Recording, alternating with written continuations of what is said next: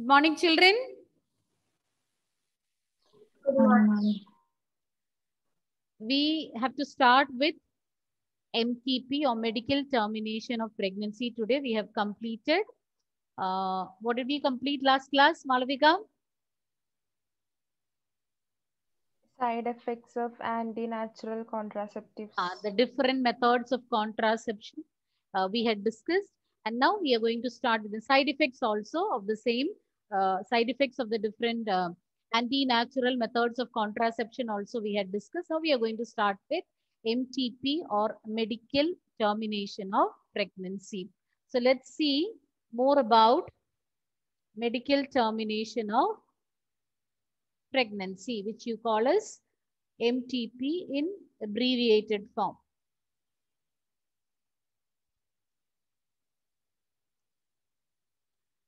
Intentional or voluntary termination of pregnancy before full term. So normally when a lady becomes pregnant, when she conceives, she will complete the gestation period, which will lead to parturition or delivery of the baby. But intentionally or voluntarily, we are terminating this pregnancy before it is reaching full term.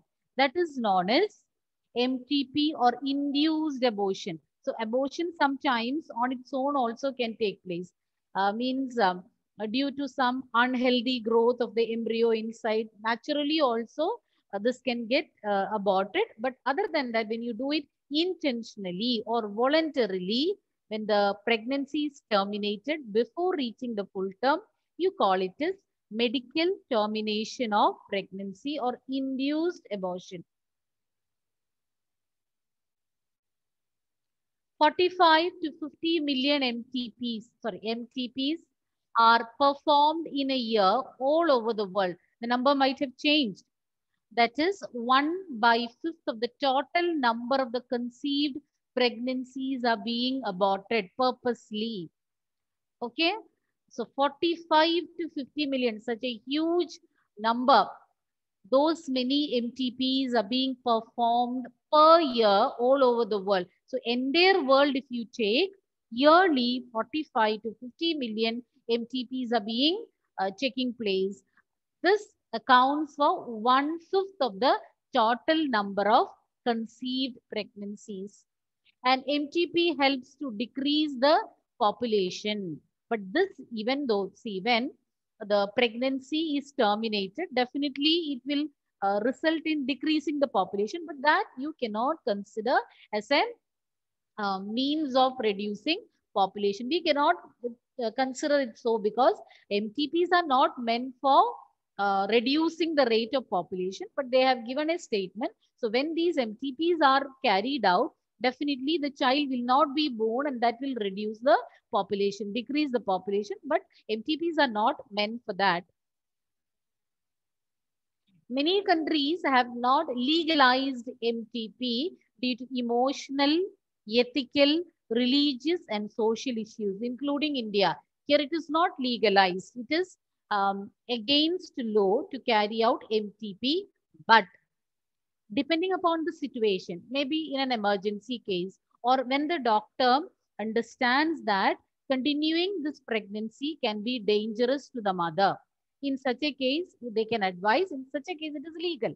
But other than that, with no reason, when intentionally it is being aborted, or when they come to know it's a female child, aborting them, all those comes under a medical termination of pregnancy, and it is not at all legalized. It is against law. Doctors usually, the doctors never advise or they never recommend. But as I told you, in emergency cases, for example, if the doctor diagnoses some chromosomal abnormalities in the child, in the embryo, and even if the child is born, lifelong abnormalities will be there. So when they realize, or when such a situation is there, or continuation of pregnancy can lead to, or it can be life threatening for the mother, then it will be advised by the doctor. So other than that, this MTPs are not legalized due to different reasons: emotional, ethical, religious, and social issues. Government of India legalized MTP in 19 1971 with some strict conditions to check illegal female feticides. So that is what I told. So simply without any reason, some solid reasons I told you, when the continuation of pregnancy can be life-threatening. So in 1971, they legalized with all these conditions, with certain conditions. Because in India, it had been used for killing female fetus. So finally, I think in last year you have learned this will fluctuate. The ratio between the sex ratio will get fluctuated, and the population or the number of females will gradually decline, because selectively the female feticides are being carried out. And that is why now prenatal sex determination is also banned. It is not legal here, but in some foreign countries, so abroad or outside India, after conception or when the lady goes for scanning, after, or a pregnant lady carries out the scanning, doctors will come to know, and they don't hesitate to reveal it to the parents of the child, because in other countries it's not at all illegal, but in India, even if the couple, if they ask the doctor to reveal it also, they will not reveal it because it is against law. If the doctor reveals it, it is a punishable offense for the doctor too. Okay, it is because of female feticides. Selectively, female feticides were being carried out in India. Even now, maybe in spite of all these, there might be some places where still this female feticides are being carried out by maybe some of the, all doctors may not be qualified, or some they can compromise with their ethics, and some might be doing, so we don't know, but normally it is against the law to carry out prenatal sex determination. And here I told it is MTP, or medical termination of pregnancy, is also it is legalized in 1971 with certain clause, with some conditions. As I told you, in case of some abnormality for the child, and even if the child is born, it has to, or the child has to live with this lifelong abnormalities. In such case, or if the continuation of pregnancy is life threatening for the mother, in such cases it is advised by the doctor. In that case, you can consider it as illegal. Other than that, with no reason, this cannot be carried out. That is considered to be illegal. To avoid unwanted pregnancies due to casual intercourse or failure of contraceptives used during coitus or rapes. That is one reason where, or one case where MTPs are being carried out. Unwanted pregnancies due to casual intercourse or failure of contraceptives. The couple used contraceptives, but it failed to function, or with the unprotected sex, that also might lead to pregnancy. And then it is essential in cases where continuation of pregnancy could be harmful to the mother or fetus or both. MTPs are safe during the first trimester up to 12 weeks of pregnancy. So the first 3 months, so carrying out this induced abortion within 3 months is considered to be safer. But it goes beyond the 12 weeks, that can be very dangerous for the mother. Okay, so as time proceeds, or as the growth of the embryo is proceeding, then doing an abortion at that stage can be dangerous for the mother. So I'll repeat once again the significance of MTP, mainly when the continuation of pregnancy can be harmful or life-threatening to the mother or to the fetus or both. In such cases, doctors advise MTP. And then when the failure of contraceptives or casual intercourse, when it lead to unwanted pregnancy, to avoid that also MTPs are suggested. Then second trimester abortions are very, very risky. So it is desirable, it is advised to do if it is required. So depending upon the need, it is advised to do during the first trimester. If it goes beyond that, it can be very risky for the mother. Once again, we'll repeat those points. So medical termination of pregnancy is the intentional or voluntary termination of pregnancy before it reaches full term. And several MTPs, like 45 to 50 million MTPs are being performed in a year all over the world, 1/5 of the total number of pregnancies. So it, in a way, you can say that it will reduce the population, but it is not meant for that purpose. And many countries have not legalized it due to different reasons: emotional, ethical, religious, and social issues. And the government of India legalized it in 1971, but still it is not that any couple, or whenever they don't want a child, they can carry out MTP. That is considered to be legal only when the doctor advises, or with the after consulting the doctor and with the consent of the doctor. When there are some valid reasons, in such cases it is legal. So this is legalized with some clauses, with some strict conditions, so that illegal female feticides can be avoided. And this MTP helps to avoid unwanted pregnancies due to casual intercourse or failure of contraceptives used during coitus or even during rapes. And it is essential in cases where continuation of pregnancy can be harmful to the mother or to the fetus, or both. So these are safe during the first trimester, but can be risky beyond that. Second trimester abortions are very risky. Anyways, third trimester, no need to think about it. Now, problems related with MTPs. Majority of the MTPs are performed illegally. So that is the condition I told you. So many of the doctors, there might be clinics or there might be hospitals where these are carried out illegally. But if it is known, then they can be arrested, the institution as well as the people who are involved. But majority of the MTPs are performed illegally. So it is legalized, as I told, with certain conditions, when it is required, when it is essential. Only then, in that case, it is legal. Other than that, when it is done against law, of no reason, when these are being carried out, we call it as illegal. Misuse of amniocentesis.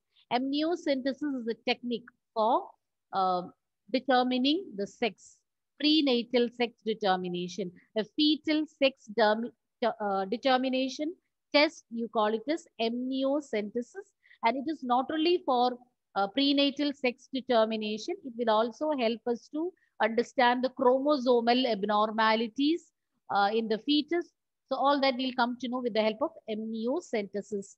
And amniocentesis is based on, this technique or this test is based on the chromosomal pattern of the fetal cells in the amniotic fluid. So the child or the fetus will be enclosed in an amniotic sac, which will be filled with amniotic fluid. Only at the time of the delivery, this sac will break and the fluid will be released. But so long as the baby is inside the mother's womb, it is given a safer environment inside an amniotic sac, which is filled with amniotic fluid. It acts as a shock absorber and it provides a very safe environment for the baby to remain inside the uterus. And by taking a sample of the amniotic fluid from that amniotic sac where the fetus is lying, and then analyzing the chromosomal pattern, they can make out whether the child is a girl or the fetus is going to be a girl or a boy, because it's a chromosomal pattern which helps you, because you know that there is difference in the pattern of sex chromosomes in males and females. So amniocentesis is a technique, it's a test for prenatal sex determination. And how it is done? By analyzing a sample of the amniotic fluid taken, and they check for or they analyze the chromosomal pattern of the fetus, and from that they find out whether it is a girl or a boy. And this technique is not only meant for prenatal sex determination, but it will help us to know the different chromosomal abnormalities in the fetus. If the fetus is female, it is followed by MTP. Wherever the female selective female feticides are carried out. In some part of our country, I think it is still prevalent and they are carrying it out illegally. So then they come to know by means of amniocentesis, when the doctors reveal that the baby is going to be a girl, then they go for MTP. Such practices are dangerous, and for the young mother and the fetus in some places, maybe because of the lack of education, lack of awareness, some people they think that girl child or girls are a burden, whereas boy child means they'll take care of them and they will carry on their tradition, and maybe some beliefs or misconceptions are there for some people, and they think that it's always better to have a boy child when compared to a girl child. Girl child, we have to spend so much money, we have to get them married, and they are of some of them, I'm not saying, I'm not generalizing it, some people still even though it is a less percent, but some of them are still believing that always boy child is better than girl children. They think that these boys only will take care of them in future. But now you know, whether it is boy or girl, it doesn't make any difference. And these practices, when these are carried out, there are cases where the ladies are forced to carry out repeated abortions also. So when they come to know again and again it is the a girl child that she has conceived, they might force her in whoever it is. They maybe it can be husband or in-laws or whoever it is. They might compel her to do it repeatedly, which can affect the health of the lady. And even if it is done once, that can be dangerous. And first of all, I said this is not legal because these people will be carrying out in some places where it is where this is provided or where this is carried out illegally. So the doctors may not be qualified. So that can be that can lead to a life-threatening situation for the mother and the baby. Okay. And still, I'm not saying in all parts of the country, but there are certain areas where it is being carried out. And they believe that I told it's because of the lack of education, proper awareness is not there. And they think that it is the lady who is responsible for the sex of the child. But you know that we have learned that who is responsible for the sex of the child, whose chromosome is decisive factor? Father's chromosome is a decisive factor. So, but they might, we have seen, we have heard in many cases when the lady is giving repeatedly girl child, repeatedly giving birth to girl children, they might compel the male partner to get married again so that they will get a boy child to take care of their family, to take care of their family's name. Now, next we are going to learn about sexually transmitted infections. So, any doubts with MTP or any point you want me to clarify? All fine? Yes, ma'am. So, next we are going to learn about sexually transmitted infections or STIs. And we even call it as sexually transmitted diseases, STDs. In your textbook, is it given STDs or STIs, children? STI. STI. So in old edition, it was STDs. Both are correct. Sexually transmitted infections. Diseases which are transmitted through sexual intercourse are known as sexually transmitted infections. As the name suggests, STDs or STIs are the infections or diseases which get transmitted through sexual intercourse. Venereal diseases or sexually transmitted infections or reproductive tract infections, we call it by different names. RTI, STI or VD, venereal diseases. So diseases which are transmitted through sexual intercourse come under this category. Some of the STIs are gonorrhea, syphilis, chlamydiasis, genital herpes, genital warts, trichomoniasis, hepatitis B. AIDS. Okay, these are some of the sexually transmitted infections. These infections spread through sexual intercourse. Once again, I'll repeat the names of the diseases: gonorrhea, syphilis, chlamydiasis, genital herpes, genital warts, trichomoniasis, hepatitis B, and AIDS.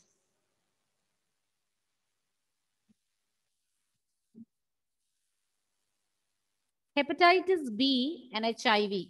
These two diseases are not only transmitted by means of sexual intercourse, not only by means of sexual contact, there are many other ways by means of which these diseases are spread. You know all these by sharing of injection needles, same needles.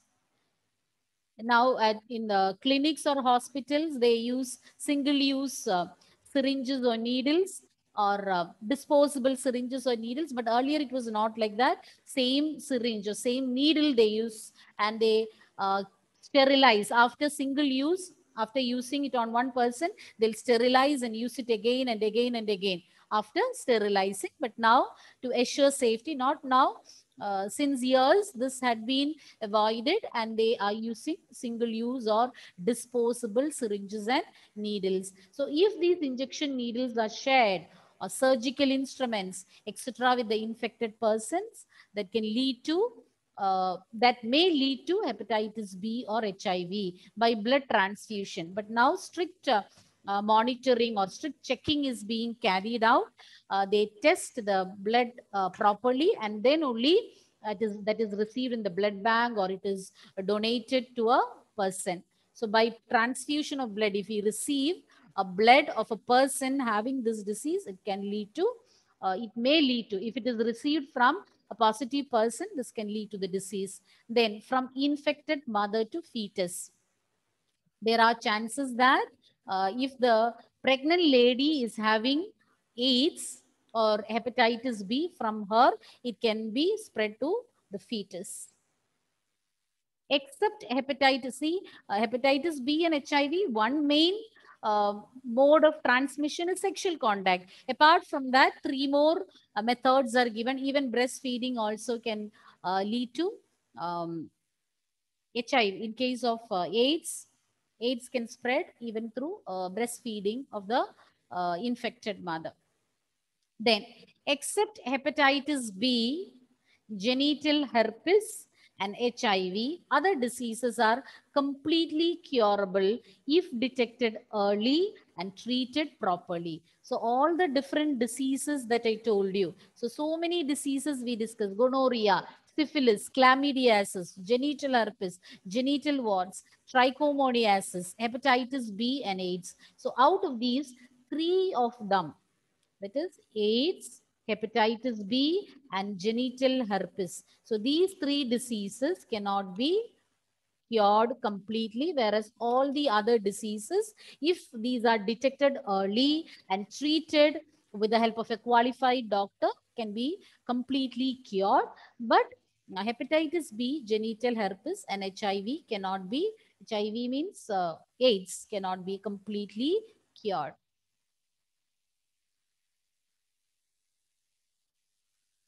Now, early symptoms of these sexually transmitted infections. So let's see what are the early symptoms. Starting with the first one: itching,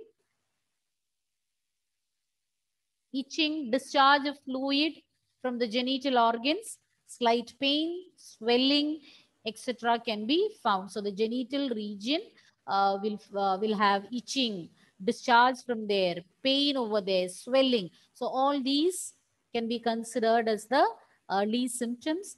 And absence of, in some of the cases, there may not be any symptoms. And even if symptoms are there, these will be less significant. And the social stigma deter the infected person to consult a doctor. So when the disease is concerning the genital organs, people are hesitant. So they are worried what the society will think if I meet a specialist for these diseases, what they'll think about me. And other than that, apart from the social stigma, the symptoms are not very prominent. Sometimes there won't be any symptoms at all. Take the case of AIDS. For years, there may not be any symptoms. So less significant than absence of these symptoms. Along with that, even if they have some slight symptoms also, they hesitate to see a doctor because they are worried about the society. This leads to pelvic inflammatory diseases, PID, if it is not taken care, if it is not treated at an early stage. This can lead to PID, pelvic inflammatory diseases, infertility, ectopic pregnancy. Ectopic pregnancy means normally fertilization takes place in the fallopian tube, and then the embryo will get implanted in the uterus and further development takes place there. But sometimes the pregnancy, the development of the embryo can take place in the fallopian tube. So some other area it can take place than in the uterus. In such case, you call it as ectopic pregnancy. So the development of the embryo, in certain case, you call it as tubal pregnancy also, because from the fallopian tube, it has to move down and get implanted on the uterus for further development. In some cases, it will remain there and the development takes place. Development of the embryo will be continued in the fallopian tube itself. So that is ectopic pregnancy. Then abortions, miscarriages can be there, stillbirth, the child will be born dead, then cancer of the reproductive tract, etc. So those are some of the after effects of not treating these diseases or not detecting and treating these diseases at an early stage. So the early symptoms include itching, discharge of fluid, slight pain, swellings, etc. And a majority of these diseases, they have no symptoms or less significant symptoms. And even if the patient recognizes or realizes that some symptoms are there, they are hesitant to go near the specialist for the same, because you might have seen VD specialist, venereal disease specialist. So doctors are specialized in treating these diseases, but they think that if I meet such a doctor, what the society will think about me. And when this is not treated on time, this can lead to pelvic inflammatory diseases, infertility, ectopic pregnancy, abortions, stillbirths, cancer, etc. Extreme cases, even cancer. All persons. Yes. Can you repeat that ectopic pregnancy? Ectopic pregnancy means normally, the fusion, the fertilization takes place in the fallopian tube. And once the zygote is formed, it will continue dividing. And this, along with that, this will be moving down towards the uterus, and it will get attached to the uterine lining, and further development of the baby or the fetus or the embryo is taking place in the uterus. But in ectopic pregnancy, the development of the embryo is taking part in some other area. For example, tubal pregnancy. Tubal pregnancy means fertilization is taking place in the fallopian tube, and the zygote undergoes development there itself. It's not moving down to the uterus for further development. So the baby is getting developed, or the fetus or the embryo is undergoing development in the tube itself, fallopian tube itself. So it can lead to so many complications if it is not diagnosed early. Okay. So that is ectopic pregnancy. Understood? Okay, Then abortion, stillbirths, and cancer. And all persons are vulnerable to STDs. And these are high in the age group of 15 to 24 years. So all people, they are vulnerable, and the age group more prone to these diseases is 15 to age group of 15 to 24. And how can we prevent these diseases? Avoiding sex with unknown partners or multiple partners. So married couples, they should avoid sex with unknown partners and multiple partners. They should be loyal to their wife. Always use condoms during coitus. And I have told you, all the contraceptive devices will not protect from sexually transmitted diseases, but using condoms can prevent these sexually transmitted infections. Always it is advised to use condoms during sexual intercourse. In case of doubt, meet a qualified doctor for early detection. So if any disease, just like in the case of any disease, if it is detected early, treatment will be much more easy and and the patient gets completely cured, except in the case of 3 diseases. So AIDS and all, once a person has got the disease, whether you detect it early or late, there is no cure for that. But you can help with the help of proper medication. If it is diagnosed early and with the help of proper medication, the doctors can help him to lead a normal life and extend his lifespan. But there is no cure till date. Okay? Is it clear? Yes, ma'am. Any doubts? Shall I stop sharing? Yes, Yes. ma'am. So we can have a quick recap. Malavika, you may start with MTPs. Intentional or voluntary termination of pregnancy before full term is called MTP or induced abortion. Okay, next point, Nandana. 45 to 50 million MTPs are done yearly. Next, Punya. MTPs help to decrease the population even if it's not meant for that purpose. Okay, next, Steffi. Many countries have not legalized the MTPs. You Due people are reading or what? Huh? I felt that you all are reading, no, Steffi? You're No, reading? ma'am. Okay, tell me. Many countries have not allowed the MTPs due to social, ethical reasons. Okay, Nevin. Nevin, next The point. government of India legalized MTP in 1971 with strict conditions. Okay, Gayatri. Significance, importance of MTP when it is being carried out. It can be used to get Gayatri, rid no of power there. No, well, it's Okay, tell me. It is used to get rid of the unwanted pregnancies, either due to the unwanted, like unprotected intercourse or Rapes. failure of the contraceptive use, etc. Okay. Then, Sania, next point. This will also help in. It will also help in preventing the situation in which carrying of the or in which the pregnancy can be harmful for the mother or the fetus. Donna, what else we learned? Problems with MTPs. Majority of the MTPs are performed illegally. And then, next point. One more point you say. What you prepared, if the fetus is female, then it's followed by MTP. So they, once they come to know that it's a female child or female, then they go for feticide. Then Anna, what is amniocentesis? Misuse of amniocentesis. What is amniocentesis can be misused, but what is amniocentesis? The fetal determination. Fetal what determination? Sex determination. How it is done? Based on the chromosomal pattern of the fetus. You didn't specify from where they are getting this chromosome samples. So what they do is they collect amniotic fluid. What is amniotic fluid?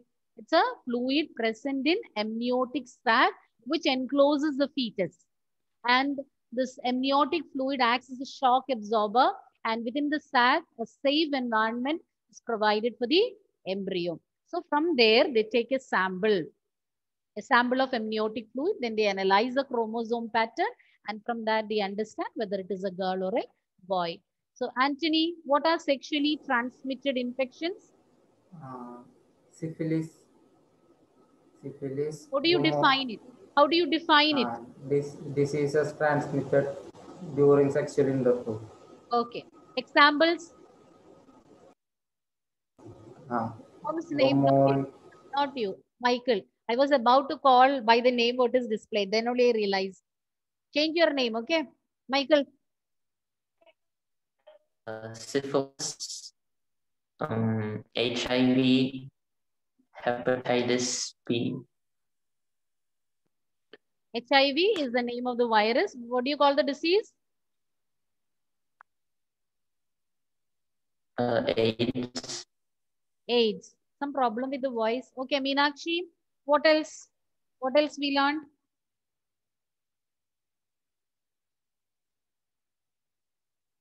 The HIV are all going to be caused by sharing of injection needles. Apart from, And wait, main reason for all these diseases is sexual intercourse.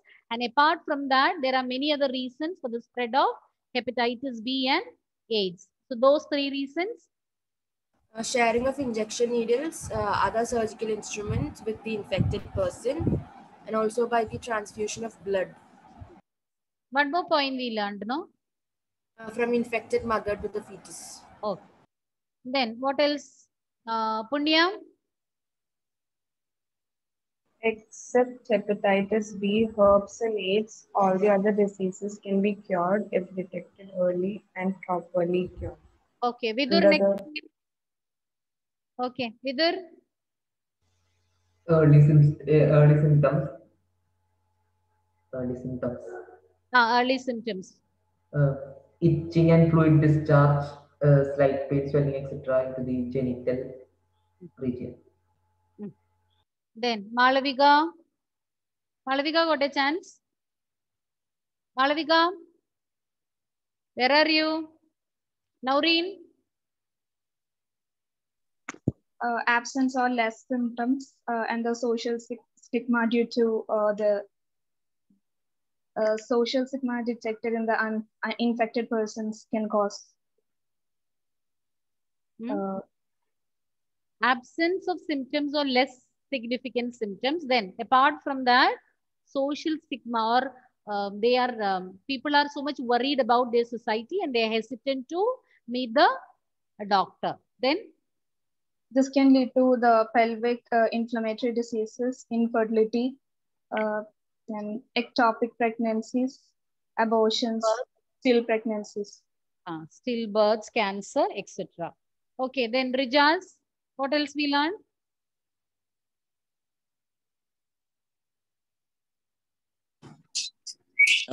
All persons are vulnerable to STDs. All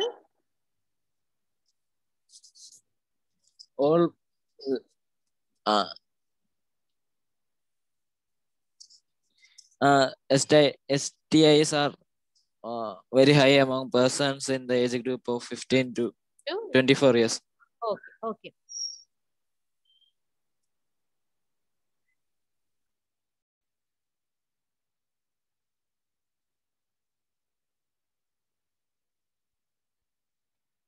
Next, we are going to learn about infertility and the different techniques, different methods that will help the couples to conceive a child or to have a child. So assisted reproductive techniques you're going to learn. So first let us learn about infertility. It is the inability to conceive or produce children even after 2 years of unprotected sexual cohabitation.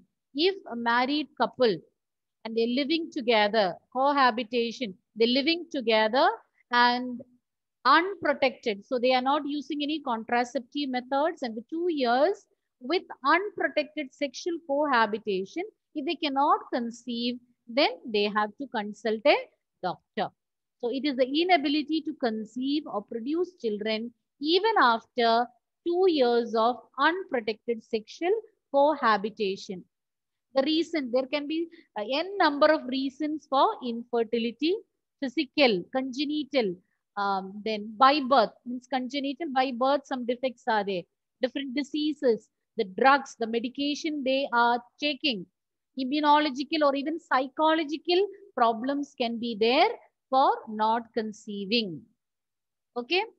So once again, I'll repeat, the inability to conceive or produce children even after 2 years of unprotected sexual cohabitation can lead to, or that condition is known as infertility. So many reasons are there. It can be physical, psychological, then drugs, the medication, the medicines which the any of the couple or any of the partner is taking, congenital, by birth, some defects, different diseases, all might lead to infertility. So to help them, there are different techniques. So technologies, we call it as assisted reproductive technologies. So the infertile couples are helped or they are assisted to conceive with the help of different technologies, and you call it as ART in abbreviated form. Assisted reproductive technologies, very, very important topic. It can be asked as an essay question also. Okay. And children, I haven't forgotten about the test which I told you of chapter 3, no? Chapter 3 test I have told. Hope you're remembering. Next period we can have it. These are the technologies used to correct infertility problems. So there are different techniques which will help the infertile couples to have children. Some of these techniques are given below. It can be confusing, so you have to be thorough with the terms. IVF or in vitro fertilization. We even call the baby test tube baby technique, or the baby formed as a result of this method as test tube baby. What is the difference between in vitro and in vivo fertilization? What is the difference? Anybody? In vitro, in vivo? Punya? In vitro means? Anybody? Can anybody tell me what is the difference between these two? So many videos are of in vitro. 8th standard you have learned After fertilization, the zygote is transferred to the... Where is the fertilization taking place? That is the difference. Outside the body. In vitro, it's outside. In vivo, it is inside the body. Then, next technique is GIFT, gamete intrafallopian transfer. Intracytoplasmic sperm injection. I think this one you are very familiar. ICSI, because advertisements or in hospitals also you can see this term ICSI. ICSI is also another technique. Even though these techniques are expensive, this will help to solve the infertility problems. Then artificial insemination or AI. I'll repeat again, the different assisted reproductive technologies include IVF or test tube baby technique, then GIFT, gamete intrafallopian transfer. Intra means inside. Inter means in between. Okay, within, intra. Gamete is being transferred into the fallopian tube. Then intracytoplasmic sperm injection. Into the cytoplasm, sperm is being injected into the cytoplasm of the egg. Then artificial insemination. These are the 4 techniques that we are going to learn. So once again, infertility is the inability to conceive or produce children even after 2 years of unprotected sexual cohabitation. There can be several reasons which include physical, congenital diseases, drugs, immunological reasons, or even psychological reasons can lead to infertility. Assisted reproductive technologies, they go a long way in solving the infertility problems and help the married couples to have children.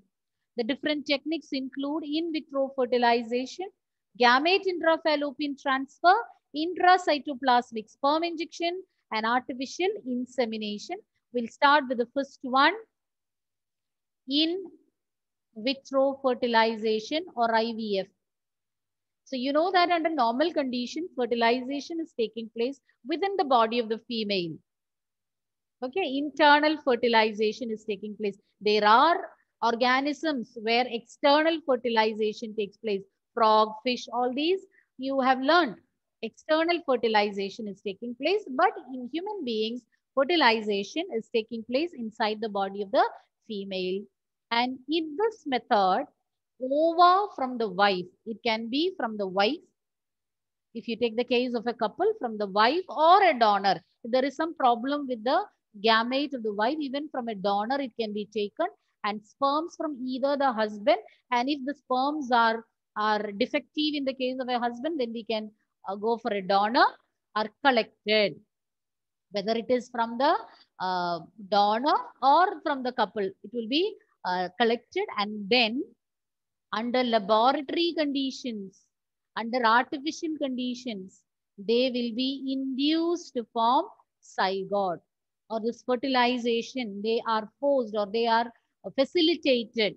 The sperm is made to fertilize the egg and form a zygote. And this takes place under laboratory conditions. And once the zygote has formed, the next step is transferring of the embryo, and the abbreviated form is ET. ET means embryo transfer. This can be done in two ways. Zygote intrafallopian transfer, SIFT, whereas GIFT we already learned. GIFT is one of the assisted reproductive technologies, whereas SIFT is coming under IVF. SIFT comes under IVF. GIFT is a separate method. And intrauterine transfer. So details we will be learning later. So once again, I'll tell you the points.